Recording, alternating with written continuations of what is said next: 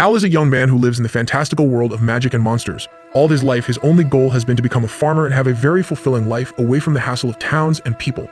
Somewhere he can live alone and keep on farming, getting better in all aspects of it. He is about to get ready for the harvest and is already removing the eggplants as they are ready to harvest when he is interrupted by his friend called Testa. Testa asks him about the harvest this season, and Al proudly reveals that the harvest has been very good this time as well. Testa asks Al to look at his stats, to which he agrees and shows off his stats. Testa is utterly shocked to see that Al has maxed out his farming abilities, and not only that, he has also maxed out his fishing abilities, which gives Testa a very bad inferiority complex since he is supposed to be a fisherman, and yet Al has better fishing stats than him. When asked by Testa about this sudden growth, Al replies that he got a special ability in his talent tree, which boosted his levels and stats. Testa sighs, knowing that you can't do anything about someone's luck, and to change his mood, he invites Al on a fishing trip. They both get a yacht and venture inside of the oceans, which are filled with giant fish and other monstrous creatures.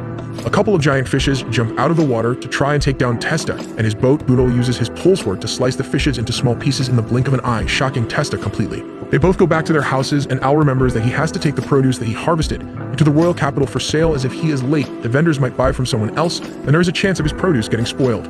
He loads all of his vegetables into the cart and gets ready to transport them into the royal capital. While on his way to the royal capital, he overhears a loud roar, which he first thinks is the sound of thunder, but then he looks around and spots a giant dragon in the sky flying above the tree line. It seems to be attacking a bunch of soldiers on the ground as they try to leave.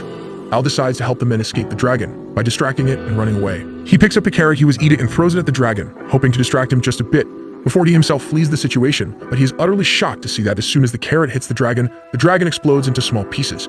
The soldiers on the ground are completely taken aback and wonder what kind of an insanely powerful person could kill a dragon with one hit, while Al quickly rushes off into the capital as he didn't want to be late.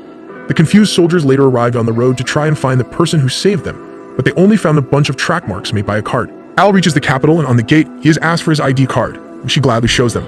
He is then given entry into the capital, but before he could go to the vendor, he heard a loud noise and looked behind to see a hooded guy on a horse, running away with a young girl about his age in his hands. The guards try to stop him, but fail miserably. Thankfully, Al is able to jump towards the kidnapper and grab the girl out of his arms, saving her. The hooded guy furiously gets off his horse and moves towards Al with a short sword in his hands. He threatens Al to hand over the girl, but Al obviously refuses, which angers the stranger, who rushes with the sword drawn and slashes at him. Al is able to dodge his swing and perform a perfect takedown of his opponent, knocking him down using a judo technique. The guards quickly apprehend the perpetrator, and the girl thanks him, asking for his name. Al, however, remembers that he's getting late and quickly gets on the cart and rushes off without replying. Thankfully, he is able to reach the vendors in time and sells them his produce at a very good price. He starts to return happily, but the guards stopped him just as he was about to leave the gates of the royal capital. He gets confused and asks whether he did something wrong, but a voice from behind makes him turn around. He is surprised to see the same girl that he saved standing behind him. She tells him that she is the princess of this kingdom, and she orders the guard to stop him. He quickly gets off his horse and bows down to the princess, apologizing for high lack of courtesy as he didn't know who she was. She tells him to get up and orders him to stop being so formal with her. She introduces herself as Fall, the first princess of this kingdom, and Al finally introduces himself as a farmer. She is utterly shocked to hear that he's a farmer, and gets so impressed that she asks him to work for her. He replies that he doesn't want to work in the palace as he is just a regular farmer whose only goal is to keep farming for the rest of his life. The princess, however, isn't planning to leave his back so early, and she tells him that if he works for her, she will give him a huge chunk of land so that he could farm as much as he wants. Before he could reply, however, the soldiers that he ended up saving from the dragon returned back to the city and informed the princess that the dragon was dead, but they were not the ones who killed it. They explained that it was extraordinarily strong, and they were completely overwhelmed, but suddenly someone extremely powerful ended up killing the dragon. They also tell her that when she tried to find the person who did that, they only found the tracks of a cart.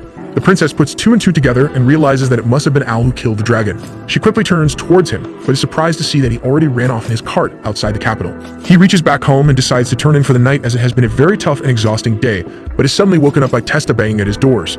He quickly gets up to answer it and asks Testa if he wants something. Testa reveals that he has to run as a bunch of monsters are walking past the village and everyone is scared for their lives. Al quickly gets up and tells Testa to go ahead as he has to make sure that his crops are okay. Testa is taken aback by this and tells him that they aren't important, but Al still tells him to just go without him and he will follow. Testa tells him the destination where they are headed and tells Al to follow them soon. Al promises to do so and quickly runs towards the field. Thankfully, he sees that all of his crops are okay and is relieved. Before he could leave, however, he spots a huge group of monsters moving past the village. He decides that he shouldn't intervene as it is the job of the soldiers to deal with them, but he starts thinking that if the kingdom ends up being destroyed by the monster, no one would buy his crops, and then he will never be able to become a farmer for life. This motivates him, and he starts following the trail. He suddenly reaches a dead end where he is surprised to see a bunch of guards dead on the ground. He notices a demon, who is giving off a very strong vibe, trying to attack the king and his daughter. He quickly moves into action and disrupts the demon's attack, saving the already injured king and his daughter. The demon seems surprised at this newcomer who was able to disrupt his attack and asks him who he was. Al truthfully replies that he is just a normal farmer who lives in the nearby village.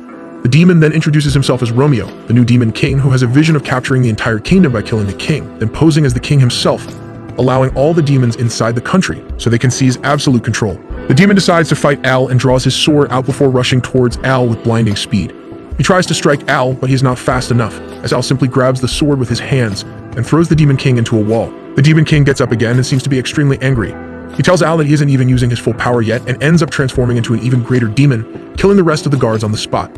He threatens Al before rushing towards him again, but to everyone's surprise, Al simply dodges his punch and delivers a punch of his own straight to the face of the demon king, knocking him out completely. Watching their king be beaten so easily by the hands of Al, the rest of the demons quickly run away into the night sky, never to be seen again. The next day, Al is invited into the palace, where the king formally thanks him for his help, and not only that, he also personally offers him any position at the palace that he would wish to have, as the king considers Al to be better than 100 men combined together. Al graciously declines again, repeating that all he wants is to live his life in peace as a farmer. The princess intervenes this time and tells Al that she's going to hand over the giant chunk of land to him for saving their life, and he could do anything with it. Al gets seduced by the thought of having such a big farm and accepts. Later, the princess asks him to just register at the Adventurers Guild and help them sometimes when the matter starts getting too out of hand. This time, Al accepts her offer, making all the parties happy. Al is finally able to see his newly acquired land, but he is shocked to see that the entire area is completely barren as of now, and he will have to make it workable again before he can start growing produce again. The next day, the princess accompanies Al on a short date in the capital with the excuse of showing him around the city. They go to several places and eat a bunch of food before deciding to head back to the guild to register Al as an adventurer. He asks the princess whether it is okay for her to come, as she is supposed to be a very well-known and important person. But she replies that one of her maids has taken her position, pretending to be her, and she is also wearing a special hairpin that completely conceals her true identity. Both of them entered the guild, and as soon as the guild master saw Al, he rushed towards him, asking if he was the rumored adventurer who helped the royal family. He quickly takes him to the front desk, asking the receptionist to register him in the guild. Before he could get registered, however, his stomach started rumbling and the guildmaster let out a big laugh, ordering the receptionist to get something for him to eat. The receptionist takes him upstairs, gives him a hearty breakfast that fills him up, and then starts the process of registering him in the guild. She asks him about himself, and he explains to her that he just wants to be a farmer, and he is doing adventures on the side during his free time. Suddenly, however, the three adventurers that Al saved from the dragon enter the room and recognize Al, claiming that he is the adventurer who slew the S-rank dragon of the forest single-handedly with just one hit. This draws a lot of attention, and everyone starts looking at him. He quickly tries to dissipate the situation, claiming that it was just an accident as he doesn't want to draw any unnecessary attention to himself. The adventurer trio introduces themselves as Jake, Luke, and Lamia, who are all high-class adventurers themselves, and they thank Al for saving their lives the other day and move away. Al turns towards the receptionist again, who tells him that he is currently a G-rank adventurer, and even though he seems to be very strong, he won't be able to take any higher-ranked quests. He agrees to that and asks for a quest that he could do right now. The receptionist quickly looks through her folders and gives him a quest to retrieve 10 plants from deep inside the forest. According to her, these plants are excellent for vitality and are often used by adventurers to restore health. Al gladly accepts the quest and gets up. He asks her name, and she introduces herself as Helen, who works as a receptionist and the caretaker here. She then gives him a robe, which she claims will increase his defense a bit. He thanks her again and moves outside the building, where he finds the princess waiting for him. He announces that he's finally an adventurer, but reminds the princess again that he is only a part-time adventurer and that his actual job is still as a farmer. The princess laughs and agrees with him. He tells her that he's going to the forest now, and it could be dangerous, so he cannot risk taking the princess with him. She agrees, and they both part ways for the time being. He goes inside of the jungle and starts finding all the plants he needs. He is able to collect 9 plants without incident, and now only needs 1 more to complete his quest.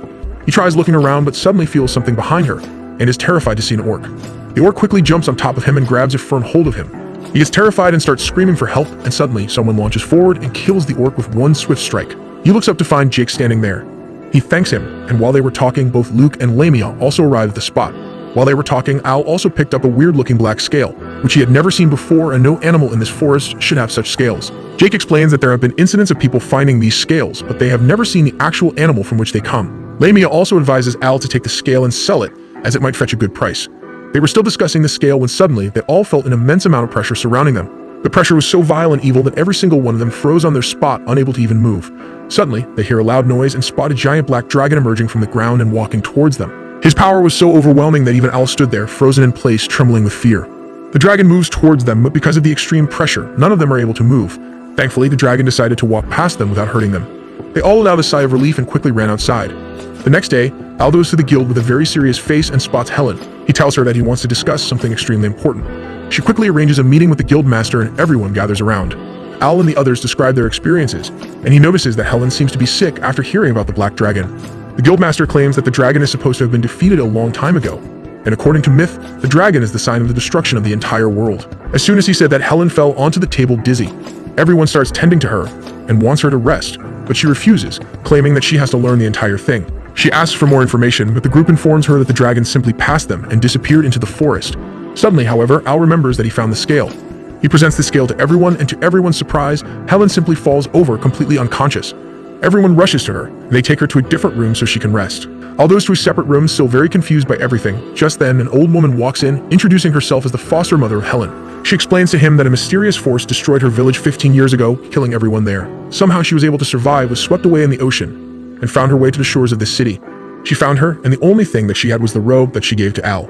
Al claims that he will get to the bottom of it and find a way to defeat the dragon. The old woman screams at him, telling him that he is a G-ranked adventurer and should stay away from this matter. He replies that he won't be going to actively fight against it, but he will try to collect as much information as possible from the library and other sources to find a way to defeat it. The woman relaxes after hearing this and gives him some health potion, telling him that she will make it a quest for him, so he can even earn money for it. He thanks her and leaves the guild, making his way towards the library. While in the library, he searches through all the modern books but finds no mention of the dragon anywhere. Then he remembers the story of the old lady who told him about the mysterious disaster that happened in Helen's village 15 years ago. He tries to go towards the section that has information about incidents from 15 years ago, but he is stopped by the librarian who claims that only people of a certain rank can access those books. He pleads with her to let him have a look, but she plainly refuses to let him see. Suddenly, he hears a voice from behind and turns around to see Fall standing there. The librarian is shocked to see the princess herself here and asks if Al is with her. She replies that she gives Al permission to look through the old books, and of course the librarian agrees to that. She sends both her and Al into the room, where they both access the books with the records of the incidents from 15 years ago. While flipping through the pages, he finds the records from Helen's village, which describe the disaster as catastrophic. Several people seem to recall seeing the black dragon, but all of them have lost their memories. Al suspects that even Helen lost all of her memories because of this, and after seeing the scale, her memories might be coming back. He decides to go visit her village the next day, and Fall tells him that she will accompany him. He tells her not to, as it could be dangerous, but the princess is adamant, and finally Al has to bend to her commands. The next day, both of them leave on a journey and finally arrive at the location that was once the home of Helen and several others. All the walls and buildings have been charred black and turned to rubble. While walking through the rundown village, he suddenly hears the voice of a kid calling him towards the graves. He asks Fall if she could hear anything, and she refuses. He quickly starts following the voice and finally arrives at a grave, where he sees an apparition wearing the same robe as him. The boy tells Al that he is the first person who hears his voice. He tells Al that he is Helen's brother, who died when the black dragon invaded the village. He introduces himself as Rai, and Al notices that he is wearing the same robe as him. He points it out to him, and Rai tells him that the robe has magic properties and it once belonged to him. He also explains that Helen must have trusted Al very deeply because she gave the robe away. Fall is still completely in the dark and doesn't know what is happening as she can't see Rai or hear his voice. Al suddenly gets an idea and decides to try and cover Fall with the robe as well, and it turns out he was able to talk to Rai because he was wearing a robe that was directly connected to him. Fall freaks out the first time she sees Rai and tries to scream, but Al quickly holds his hand over her mouth, and slowly she calms down. Rai explains to them that 15 years ago, this used to be a perfectly beautiful village and everyone was completely peaceful, living their lives in harmony. Suddenly, one day while he was playing in the woods with his sword, he overheard the sound of an explosion and saw smoke coming from the direction of the village. He grabs his sister's hand and runs towards the village, only to find it being destroyed by the black dragon. He sees the dragon kill a bunch of villagers, which terrifies him, and he decides to run away with his sister, but Helen is very disturbed at the sight of all the destruction and freezes up. The dragon turns towards her, and seeing her despair, he gets extremely happy as he feeds on people's despair. The more someone becomes hopeless and goes into despair, the more the dragon gains power. The dragon moves towards Helen, intending to kill her, but Rai throws his sword into his eyes, hoping to hurt it, but it has no effect on the giant dragon. He shouts at Helen to run away, but she is still frozen. The dragon turns towards him, as he knows if he kills the brother in front of the sister, she will go deeper into despair. He ends up chomping Rai down as if he were flaming hot Cheetos. He then leaves Rai mortally wounded on the ground. Helen finally makes a move and runs towards Rai. The black dragon, however, has a very sick sense of humor and decides to spare her life so she can run away and tell the tales of terror, making people more scared of him. And after 15 years, he will return and kill her and everyone around her. Both Al and Fall are disturbed by getting this information, and Rai urges Al to rush back to the kingdom and save Helen, as the dragon will be making his move. Al grabs Fall and runs as fast as he can back to the kingdom. Fall tells him that he should go ahead and find Helen, while she will mobilize the army for the oncoming attack. They both agree with the plan, and Al runs towards the guild where Helen is supposed to be resting. At the guild, however, Helen's foster mother goes in to check on her, but is shocked to see that she is missing from her bed. She gets extremely scared and confides in Al about the situation. Al quickly rushes inside the jungle to try and find Helen. While Al and Fall were in her village investigating the dragon, Helen ended up regaining her memories, and she remembered the dragon's promise that when he comes back, he will kill her and everyone that's near her. Remembering this, Helen decides to go into the forest alone with a knife. She walks through the forest, shaking like a leaf out of fear, and finally reaches her destination, where the dragon appears in front of her. He mocks her for coming into the forest so stupidly, and starts mocking the death of her brother, telling her that the death of every single person in the village was because of her, and that now every single person in this kingdom will die because of her. All this talk fills Helen with despair and becomes a feast for the dragon. He tries pushing her to the point where she completely loses hope and tells the dragon that she will offer herself as a sacrifice and that he will just leave the rest of the people associated with her alone. The dragon promises to let the others live if she gives up any hope of survival and kills herself. She picks up the knife and puts it on her throat, ready to kill herself, but thankfully, Al arrives at the very last moment and stops her from killing herself. She is completely shocked at his sight, and even the dragon is surprised that he didn't even hear his footstep. He gets angry at Al for interrupting her at the last moment, as he can feel a sliver of hope arising inside of Helen when she sees Al. He uses his giant paws to smack Al away like a fly and proceeds to urge Helen to kill herself, but to his surprise, Al stands up and starts walking towards him again. The dragon commands Al's strength and durability, as no human being could have survived that attack. Al runs towards the dragon and delivers a powerful punch to his face, throwing him against the tree. He now understands the dragon's source of power and realizes that hope makes the dragon weak. He quickly tells Helen that the both of them will surely survive out of this mess, and he clearly sees that the dragon's strength goes down a little as she gets a bit of hope. The dragon is furious at this and charges towards him, swinging his giant paws at him, but Al calmly dodges his attacks and retaliates with a swift punch to the face. The dragon quickly recovers and uses its tail to whip Al away. He falls to the ground and the dragon tries to crush him with his foot, but Al grabs it and holds it up. He quickly dodges the strike and runs away. The dragon uses his fireball attack, which blows Al away, but he is still able to stand up. He quickly grabs Helen and runs into the woods, reassuring her that none of this was her fault, and the dragon is trying to make her lose hope, and he is feeding on her despair. He tells her to not lose hope and that they are going to defeat the dragon together and take revenge for what the dragon did to her brother. She finally smiles and starts gaining back some hope, which the dragon realizes and starts going crazy up in the sky. Al can clearly see his strength dropping, and with one last-ditch effort, the dragon tries to attack both of them, but Al is able to sneak through his attack and punch him cleanly in the face, knocking him to the floor, seemingly destroying the dragon. He turns towards Helen, wanting to check whether she got hurt, but suddenly he is stabbed by a dagger in his stomach. He looks up to see Helen's face, which has a vile grin on it. Helen twists the knife inside of Al's gut, which results in a wave of intense pain rushing through his entire body. He tries to take one of the health potions that he has, but because of the pain he fumbles the bottle, and it spills over. Helen doesn't waste any time as she rushes forward with the knife in her hand and starts swinging it on him. He tries to use healing magic on himself, but the wound is too deep. Helen comes in for one final attack, which would have definitely killed him, but suddenly something comes and stands in front of him, protecting him from Helen's attack. He looks up to see a giant white dragon in front of him. The dragon is beautiful and looks as if it were made of glass, and Helen seems to know the dragon. She calls him Mirage, and Al remembers that Mirage was the name of the benevolent dragon who killed the black dragon ages ago. He still seems completely confused about this sudden weird behavior of Helen and starts despairing, but Mirage tells him to not lose hope as these actions are not taken by Helen, but instead by the black dragon who has possessed her, and he is using her as a pawn in his strategy. Suddenly, everything starts making sense to Al, and he calms down, realizing that Helen could still be saved. Mirage tells him that he will try to heal Al's wound, but after that he will be incapacitated for a bit of time, and he will have to survive for the time being. He then uses his regeneration ability to completely heal Al's wound, but he instantly gets exhausted and falls over. Helen seems to be relieved that Mirage is down on the ground, as the black dragon believes that Al will never hurt Helen, and he could use it to his advantage. Al looks in Helen's eyes and sees that beneath the vile eyes of the black dragon, she is still there, looking at him, telling him to stop her from doing damage to anyone. He listens to her and rushes towards her body, delivering a powerful gut punch to her, shocking the black dragon completely, who doubles down and falls over. Suddenly, the real voice of Helen comes from her mouth, claiming that she is back and that the black dragon is no longer possessing her. Al falls for the ploy like a dumbass and goes over to help her. As soon as he grabs her hand, the atmosphere changes again, as it turns out that the black dragon was just pretending to be Helen. Who could have seen that coming, right? Helen grabs his hand, and the black dragon tries to possess Al's mind as well, but once inside his mind, he is shocked to see that there is no despair or negative thoughts there, and all he is thinking about is farming and harvesting crops, so he can fulfill his dreams of becoming a successful farmer, spending his life in peace. This mental purity repels the black dragon's attempted possession, which causes him to flee. Al, however, gets completely exhausted after repelling the possession and falls over to the ground. Thankfully, Mirage recovers by that time and uses his purifying magic on Helen, freeing her from the possession of the black dragon and killing him once and for all. Al wakes up in bed and he looks up to see both Helen and Fall looking over him. They seem to be very relieved to see him awake again and ask him about the way he is feeling. Al asks them about where they are, and they reply that currently they are at the guild's clinic and he has been knocked out for 3 days now. Fall hugs him out of happiness as she thought he might never wake up again. Helen explains to Al about how Mirage purified the black dragon after Al got knocked out, and he listens to the story with amazement. He asks where Mirage is now, but Helen replies that to purify the black dragon, Mirage ended up using all of his energy and transformed into an ethereal form to regain his energy inside of a deep slumber. Al asks whether Helen is okay, and she replies that not only is she okay, but she also ended up gaining some powers thanks to the black dragon. She stands back and suddenly transforms one of her arms into dragon arms and slowly shows them how she can transform all of her limbs into dragon limbs that have immense power. Al gets shocked and for a moment thinks that she is still possessed, but she quickly calms him down, explaining that because he was still in her body when he got purified, Some of his abilities ended up staying attached to her body, and she has decided to use these abilities for the good of common people. Suddenly, the door to their room bursts open and Jake, Lamia, Luke, the guildmaster, and Helen's mother all come pouring in. They all ask Al about how he is feeling, and after he shows them that he has completely recovered, and there is nothing to worry about, they all rejoice, and Luke proposes a toast and a party that evening. They all go to a tavern where they eat and drink, while Helen shows them how she can change her limbs into dragon limbs. The next morning, he returns to his field to work on the harvest and asks for help from Testa, who, as a good friend should, immediately agrees. While carrying the vegetables, a postman runs up to them and hands over a letter from Al's mom and dad.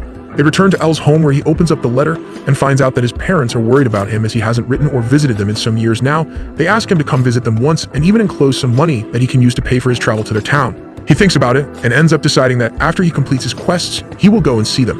He goes to the royal capital and makes his way towards the guild, but on the way he spots some beautiful and succulent tomatoes on a vegetable stall. He goes toward them eagerly and buys one of them. He takes a bite into the tomato and is shocked at how juicy and delicious it is. He can't stop gushing about how perfect the tomato was and pleads with the vendor to tell him who sold him the tomato, as he himself is a farmer and would love to produce tomatoes like these. The vendor discloses that the delicious properties of these tomatoes are the result of a special fertilizer that is being used in a place called Lurgus, as the tomato is from there only. The name sounds familiar to him, and he suddenly remembers that Lurgus is the place where his parents have recently shifted. He quickly thanks the vendor and runs towards the guild. He finds Helen at the reception and asks her for a favor. He begs her to transfer his quest to someone else as he wants to visit his parents in another country. She gets the folder and looks at the quests assigned to him, then replies to him that he doesn't need to worry, as she will take these quests. He looks at her unbelievably, and she quickly replies that ever since she got the power to transform her limbs, she has registered herself as an adventurer, and has been undertaking some easy leveling quests by herself. She also reveals that she has already become an F-ranked adventurer and has been gaining a lot of confidence in herself. She reassures him that she will be able to handle the quest by herself, and that he should go to his parents' place and relax for a change. He thanks her and moves out of the guild, where he runs into Fall, who came to meet him, as she also wants to accompany him on his next quest. He quickly explains to her his situation, and tells her that her quest would be taken by Helen, and if she wants to go on quests, she should go with her. Fowl quickly asks him where he will be going, and he tells her that he's going to visit his parents' place. Fowl, the thirsty princess, quickly changes her mind about going on the quest, and asks him if she could accompany him to his parents' place, but he swiftly refuses, and before she could argue, he runs away from the responsibilities, just like my dad did. He goes through the forest again and is again spotted by an orc who starts chasing him around the forest. He is once more captured and once more someone else saves him. This time he turns around to spot a girl with blue hair standing with her sword out, asking if he was okay. The girl introduces herself as Ruri and asks him about the reason he is alone inside of such a dangerous forest. He replies that he is an adventurer and was going to Lurgus to meet his family. She looks at him and says that she is even going to Lurgus, and if he wants to he can accompany her, as this place is not safe for newbie adventurers. While going through the forest in the evening, both of them suddenly felt a presence around them and heard someone running towards them. Both of them take a fighting stance and are ready to fight, and out of the bushes emerges the person who was running towards them. Ruri is ready to attack, but a horrified Al realizes that it is just the postman and stops Ruri just in the nick of time. The postman delivers another letter to him and runs off into the forest. Al explains to her that during his travels, his mom has been constantly sending him letters, as she's a very clingy and overly loving person. She asks whether he was only going to meet his parents during his trip, but he explains to her that the actual reason why he came here is to get a special kind of fertilizer that is only found in this place. He explains that he is actually a farmer, which only ends up confusing her even more. He tells her that he's a farmer, who has started going on adventures recently on the side. Finally, the night starts falling and she decides to rest for the day. She starts taking out the supplies for a tent from inside her side bag. Al is completely shocked to see how many things the small bag contains and asks her about it. She replies that it is a family heirloom that has some special ancient magic and has much more space inside of it than it looks. Al is aware the regular person cannot possess this kind of ancient magic heirloom. He asks her about her lineage, and she finally reveals that she comes from the bloodline of the hero, which makes her a direct descendant. He gets shocked when he realizes that he is sitting beside the descendant of an actual hero who defeated the legendary demon king Macbeth. She tells him that she believes that it is her job to make sure people stay safe, otherwise, she is just a stain on the name of the hero. He tells her that he thinks otherwise, and no matter whether she is able to save one person or 1,000, she will still be a good person, because her heart is pure. She is taken aback by this statement, as up till now she has always been stuck in the shadow of her ancestors, and everyone expects her to be just as good, which in the long run has taken a huge toll on her mental health. She quickly changes the subject and tells him that she is going to turn in for the night. He gets up and starts getting into his sleeping bag outside the tent, but she tells him that he can stay inside of the tent as she trusts him. He tells her that she shouldn't trust someone so quickly, but she replies that she has really good instincts and she can't feel any kind of evil thoughts in his mind. He still seems very conflicted about sleeping inside, but she reminds him that there might be more orcs outside of the tent, which quickly makes him run inside the tent. They lay down on their separate beds, and Ruri confides in him that she always wanted a friend on her journeys, but she never got one as she didn't have any friends. She also tells him that one of her dreams is to sleep while talking to another person while on a journey together. Al tells him that they can fulfill that dream of hers today and starts talking, but before he could even start, he realizes that she is already asleep and goes to sleep himself as well. The next day rolls around and they finally reach the city of Lurgus, and after entering it, Ruri softly says that this is the end of their journey. She also tries to ask him whether it is possible for them to travel back together to the royal capital, but because of her nature, she's unable to say so. Al, however, realizes that, and he himself asks her to be his guard and escort him back to the royal capital, which she gladly agrees to. She draws him a map to her hotel and tells him to come to her whenever he wants to leave. With that, they part ways and Al goes back to his parents' place, where he eats a bunch of food and reconnects with his parents. The next day, he goes out and buys the fertilizer he came to buy, and while going back to his parents' house, he overhears a commotion and runs towards it to find that it is happening just outside Ruri's hotel. A hooded stranger claims that a demon attacked his partner and a blue-haired girl went to fight it. Al asks him where they went and he replies that they ran into the forest. Al follows the trail and finds a hooded girl in the forest screaming as a worm monster tries to attack her. Al quickly jumps to her defense and defeats the monster with one blow. The girl clings to Al, thanking him for saving his life, but when he isn't looking, she quickly transforms into a real form as a demon and tries to attack him. Thankfully, Ruri arrives at the last moment and quickly dispatches the demon. She tells him to be careful as the demons here can transform to look like humans, and just then the same hooded man who pretended to have been attacked by the demon emerges from the shadows and commends both of them for being able to defend against their attack. The strange man introduces himself as Loki, and tells them that he knows everything about them, even the fact that Al was the one who defeated the last demon king and defeated the black dragon by himself. He tells Ruri that she was just a pawn and the person he wanted was Al himself. Hearing this, Ruri rushes towards him with her sword drawn and tries to hack away at him, but Loki cleanly dodges and hits her on the back, wounding her terribly. Al runs towards her and quickly uses recovery magic to heal her wound before standing up to face Loki. He runs towards Loki and tries to punch him. Loki is easily able to grab his hand and throws him into a tree, but Al recovers his balance mid-air and launches himself at Loki again. He dodges one more time and delivers a powerful punch to Al, making a hole inside of the ground. Surprisingly though, Al comes out of the hole, barely hurt, and is able to finally deliver a punch on Loki's face. The punch barely affects Loki and he himself punches Al, which sends him flying away. Al is able to get up again and uses recovery magic on himself to get healed and ready for the next attack. Loki reveals that after dealing with Al, who he now knows for sure could be a problem later, he will deal with Helen as well. Al is shocked at the mention of her name and asks what she did, to which he replies that she possesses the power that belongs to the evil black dragon and that it is not to be used for good. He then proceeds to summon two giant worm monsters who attack both Al and Ruri. Al is able to dodge the attack, but Ruri seems to be frozen in place, so Al quickly runs towards her and carries her out of the way of the attack. The worm attacks Al again, but this time Ruri is able to defend him against the attacks. Together, they are able to ward off any attacks by the monsters, but Loki ends up using explosion magic, which hurts both Al and Ruri. He then proceeds to summon more monsters who hold Al down to the ground while he moves towards Ruri with the intent to kill her once and for all. Suddenly, however, Loki turns back to see that his monsters have been turned to husk and Al is again on his feet with a bag of fertilizer in his hand. He explains that this fertilizer contains a bunch of pesticides inside of it that are extremely effective against worms and leeches. He then jumps towards Loki again, but by this time, Al himself is completely tired out but still tries to keep fighting. This lights a spark inside of Ruri, who realizes that even though Al knows that he can never win in the condition that he currently is in, he is still trying his absolute hardest to protect her. So how could she stop trying and accept defeat? While Loki is busy dealing with Al, she calmly steps up behind him and stabs him right through the stomach with her sword. Loki calmly turns around and tells her that no matter what she tries, she cannot defeat him. He then proceeds to simply walk out of the sword and turns around to face her. Suddenly, however, something changes inside of Ruri, and she seems to be overflowing with a new kind of energy. She starts glowing and an intense energy field surrounds him, which even shocks Loki himself, who never expected something like this from her. She rushes towards him with blinding speed and delivers a swift cut, which Loki tries to dodge but is unable to completely. He gets hit a bit, and his wound isn't healing as fast as it should. He starts panicking a bit, afraid that Ruri's hero powers are finally surfacing from inside of her.